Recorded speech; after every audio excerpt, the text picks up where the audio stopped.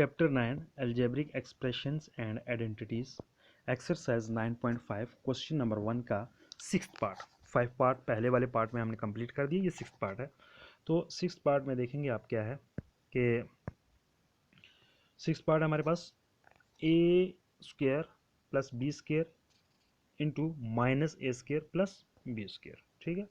तो ये मैंने सेम लिख दिया। तो उसके बाद मैंने लिखा B square plus A square, क्योंकि ए स्क्र प्लस बी स्क्र है तो उसको हम बी को पहले ए को बाद में ला सकते हैं, कोई प्रॉब्लम नहीं। B square plus A square into उधर भी बी बाद में था तो पहले लाए B square minus A square, ये जो ए था उधर चला गया। अब इससे फ़ायदा क्या होगा? फ़ायदा ये हुआ कि हमें कोई ना कोई फार्मूला इस्तेमाल करने में मिल जाएगा। ये हुआ B square plus A square into B square minus A square. अब यहाँ कौन सा फार्मूला हम इस पर इस्तेमाल करेंगे? आगे लिखा हुआ यूज़ आइडेंटिटी थर्ड, कि थर्ड आइडेंटिटी जो है, थर्ड फार्मूला जो है वो इस्तेमाल करो। और यहाँ पर इस पार्ट में ए को हम क्या मेंशन करेंगे? जो ए रहेगा वो क्या रहेगा? बी स्क्वायर, और जो बी होगा वो क्या रहेगा यहाँ पर? ए स्क्वायर। जहाँ जहाँ ए आएगा वहाँ बी स्क्वायर लिखते जाएंगे, और जहाँ पर बी आएगा वहाँ क्या लिखते जाएंगे? ए स्क्वायर। अब देखिए थर्ड आइडेंटिटी होती क्या है, ये आपके सामने A plus B into A minus B is equal to A square minus B square के बराबर, ठीक है। ये है फार्मूला। अब देखिए A plus B into A minus B की जगह पर हमारा है क्या? B square plus A square into B square minus A square is equal to किसके बराबर आ गया? ये आ गया बी स्क्वायर का स्क्वायर माइनस ए स्क्वायर का स्क्वायर, ठीक है।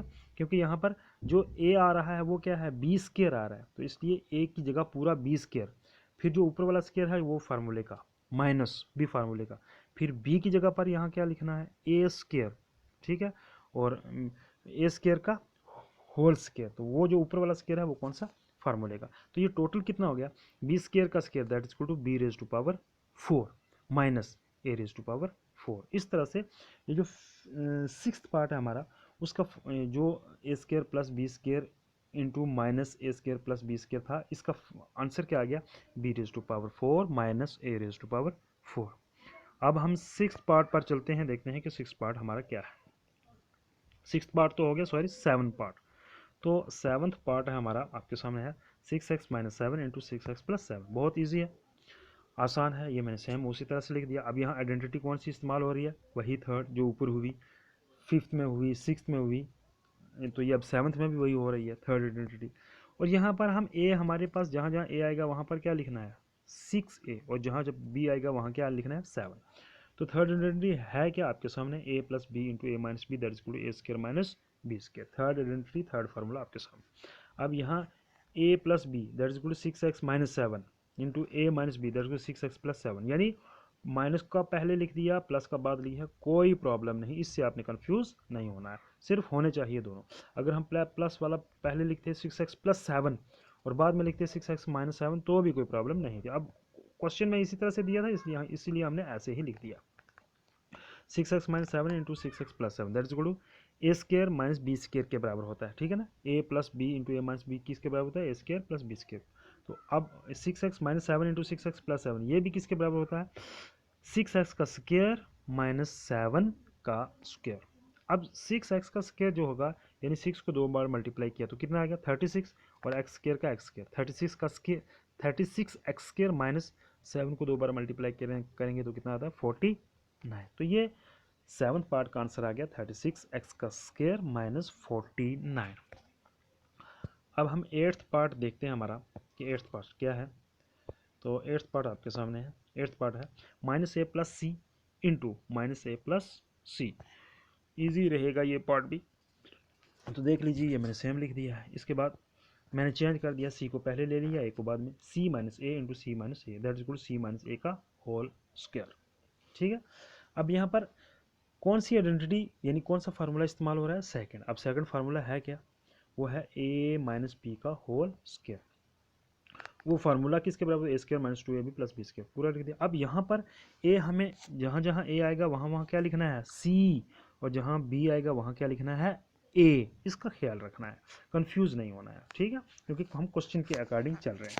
That is equal to C minus B, C minus A का whole square that is equal to C square minus 2 फार्मूले का इंटू ए की जगह सी और बी की जगह ए, 2ca प्लस ए स्क्वायर, ठीक है। ये फार्मूले के अंदर हमने टर्म्स को डाल दिया है। अब इसका फाइनल आंसर हमारे पास क्या आ गया, सी स्क्वायर का मतलब सी स्क्वायर माइनस 2 AC, ठीक है, आपस में मल्टीप्लाई होगी, प्लस ए स्क्वायर। तो इस तरह से 8th पार्ट का जो आंसर था वो आ गया हमारे पास सी square minus 2AC plus A square. तो 9th पार्ट का भी देख लें। 9th पार्ट का क्या है हमारे पास, 9th पार्ट है हमारे पास x/2 plus 3y/4 into x/2 plus 3y/4 that is equal to x/2 plus 3y/2 का होल स्क्वायर। मैंने सॉल्व करने के साथ ही एक ही टर्म लिख के स्क्वायर लिख दिया। स्क्वायर का मतलब कि ये एक टर्म कितने टाइम है, 2 टाइम, तो है 2 टाइम, क्वेश्चन में देख लीजिए 2 टर्म्स हैं। अब यहाँ पर कौन सी आइडेंटिटी इस्तेमाल हो रही है, यहाँ पर हो रही है फर्स्ट आइडेंटिटी, जो हमने फर्स्ट पार्ट में लगाई, सेकेंड में लगाई, थर्ड में लगाई, बहुत आसान है। तो हेयर हमारे पास यहाँ a क्या रहने वाला है x/2 और b क्या रहने वाला है 3y/4 रहने वाला है, ठीक है। यानी जहाँ जहाँ a आएगा वहाँ लिखना है x/2, जहाँ जहाँ b आएगा वहाँ पर 3y/2। अब आइडेंटिटी है क्या, मैंने यानी फार्मूला है क्या, फार्मूला आपके सामने ये मैंने लिख दिया दोबारा फिर, a प्लस बी का whole square that is a square plus 2ab plus b square, ये है फार्मूला। अब that is equal to a plus b हमारे पास है क्या, x/2 प्लस 3y/4 का स्क्वायर, ठीक है, is equal to A square that is equal to x/2 का स्क्वायर प्लस 2 फार्मूले का इंटू ए है x/2 इंटू 3y/4, बी हो गया ये 3y/4 प्लस बी का स्क्वायर, बी हमारे पास क्या है 3y/4 का स्क्वायर। अब देखिए इसके स्क्वायर किया तो क्या आ गया, x का स्क्वायर किया तो x स्क्वायर आ गया, अपॉन 2 का स्क्वायर किया तो 4 आ गया। तो फर्स्ट का आ गया x स्क्वायर अपॉन 4 प्लस ये नीचे वाला 2 ऊपर वाला 2 कैंसिल हो गया, बच क्या गया, एक तो बचा 3 अपॉन नीचे क्या बना बचा 4 इंटू साथ में है एक्स वाई, तो ये बीच में आ गया 3xy/4 प्लस लास्ट में क्या बच गया है 3 का स्क्वायर, 3 को 2 बार मल्टीप्लाई तो कितना आ गया 9, y को स्क्वायर, y को 2 बार मल्टीप्लाई तो y स्क्वायर आ गया, अपॉन 6 को 2 बार मल्टीप्लाई किया तो कितना आ गया 16। तो ये बहुत सिंपल था, ये आ गया कितना 9/16 y स्क्वायर। तो टोटल जो आंसर 9th पार्ट का आ रहा है वो आ रहा है x² plus 3xy/4 plus 9/16 y square. ये हमारा 9th पार्ट क्लियर हो गया। अब देखिए 10th पार्ट है हमारा और क्वेश्चन नंबर 1 का लास्ट पार्ट है, क्योंकि टोटल इसके 10 ही पार्ट्स हैं। तो 10th पार्ट हमारा क्या है 7a minus 9b into 7a minus 9b। तो इज इक्वल टू सॉल्व करके मैंने एक ही बार लिख दिया स्क्वायर 7a माइनस 9b का होल स्क्वायर के 7a माइनस 9b कितने टाइम है 2 टाइम है। अब देखते हैं हमें कौन सी आइडेंटिटी इस्तेमाल हो रही है, आइडेंटिटी का मतलब फार्मूला, ये सेकंड, ठीक है, सेकंड है क्या a माइनस बी का whole square that's equal to a square minus 2ab plus b square. अब यहाँ पर जहाँ जहाँ a आएगा वहाँ वहाँ पर हमने क्या लिखना है 7a, और जहाँ जहाँ पर b आएगा वहाँ पर क्या लिखना है हमने 9b।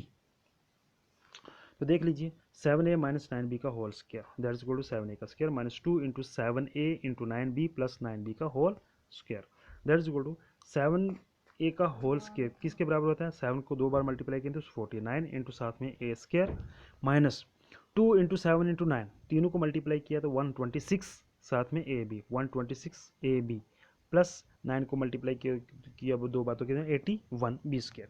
तो ये आ गया 49a square minus 126ab plus 81b square. इसी के साथ हमारा क्वेश्चन नंबर 1 कंप्लीट हो जाता है, इसके 10 के 10 पार्ट्स।